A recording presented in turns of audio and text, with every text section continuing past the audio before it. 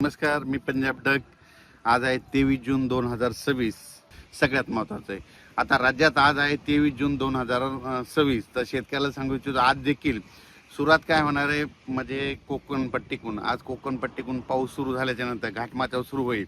मग त्याच्यानंतर तो पाऊस आज पुणे जिल्हा, अहिल्यानगर जिल्हा, रत्नागिरी, रायगड, सिंधुदुर्ग, त्याच्यानंतर मुंबई, नाशिक, इगतपुरी, त्याच्यानंतर नाशिकला जाईल. पुन्हा आज नंदुरबारकडे काय जिल्ह्यामध्ये हजेरी लावीन, धुळे जिल्ह्यात हजेरी लावीन, जळगाव जिल्ह्यात लावीन, त्याच्यानंतर अहिल्यानगर जिल्ह्यामध्ये खूप ठिकाणी हजेरी लावीन, त्याच्यानंतर बीड जिल्ह्यामध्ये बऱ्याच ठिकाणी हजेरी लावीन, त्याच्यानंतर सोलापूर जिल्ह्यामध्ये तुरळक भागात हजेरी लावीन, लातूर जिल्ह्यात देखील आज बऱ्याच भागात हजेरी लावीन, परभणी जिल्हा, जालना जिल्हा, संभाजीनगर, जळगाव जिल्हा, बुलढाणा जिल्हा, अकोला जिल्हा, नांदेड जिल्हा, हिंगोली, वाशिम ह्या पट्ट्यात देखील आज बऱ्याच भागामध्ये बऱ्याच भाग कव्हर केलेला दिसेल. म्हणजे सर्वदूर नाही पडणार, पण दररोज वेगवेगळ्या भागात हजेरी लावून पाऊस म्हणून हे लक्षात यायचं. त्याच्यानंतर वर्धा, नागपूर, भंडारा, गोंदिया, यवतमाळ तिकडे बऱ्याच भागामध्ये पाऊस सुरू आहे आणि आज देखील तिकडल्या भागात होणार आहे.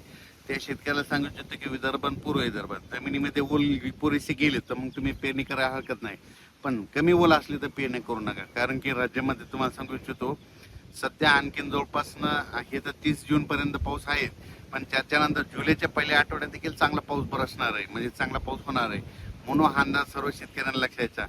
जूनपेक्षा जुलैमध्ये जरा जास्त पाऊस राहणार आहे, म्हणून हा अंदाज महाराष्ट्रातल्या शेतकऱ्यांनी सगळ्यात लक्षायचा. आज देखील बघा बऱ्याच भागात बऱ्याच ठिकाणी पाऊस पडणार आहे.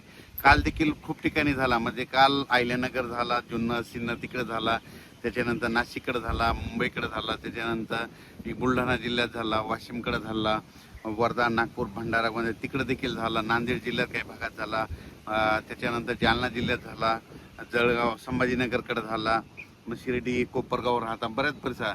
असाच काय होणार आहे दररोज आणखीन हे 8 दिवसामध्ये सगळीकडे पाऊस पडणार नाही.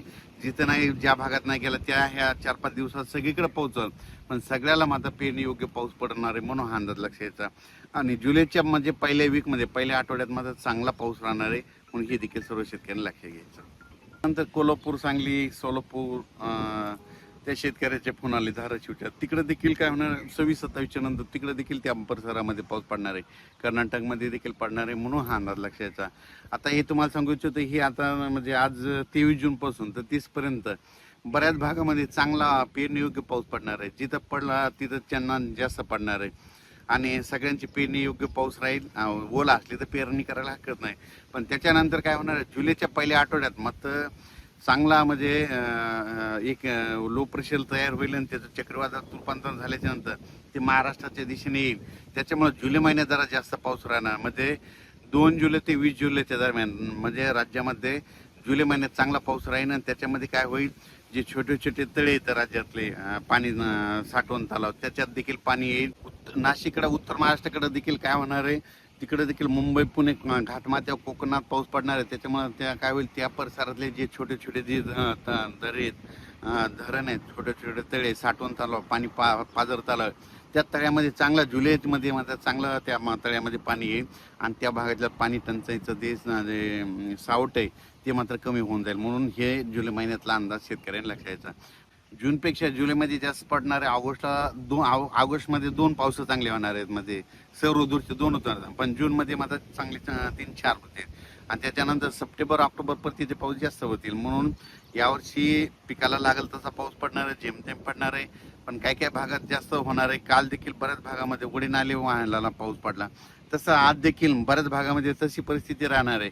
एकदम सगळीकडे जास्त पडणार नाही, पण काय होणार दररोज वेगवेगळा भाग कव्हर करीत असा सगळीकडे पाऊस पडणार आहे. एकदम शेतकऱ्याला सांगू इच्छितो की म्हणजे यावर्षी चांगला पाऊस पडणार आहे. फक्त काय करा, पेरणी करत असताना एक लक्षात द्यायचं, जमिनीमध्ये चांगली हितभर ओल असेल तर पेरणीचा निर्णय घ्यायचा, नसतं मग पेरणीचा निर्णय घेऊ नये. कारण की पाऊस तर पडणार आहे, पाऊस येणार आहे, म्हणून फक्त पाऊस सगळीकडे एकदा येणार नाही, दररोज वेगवेगळ्या भागात जाणार आहे, सगळ्यांची पेरणी योग्य पाऊस राहील.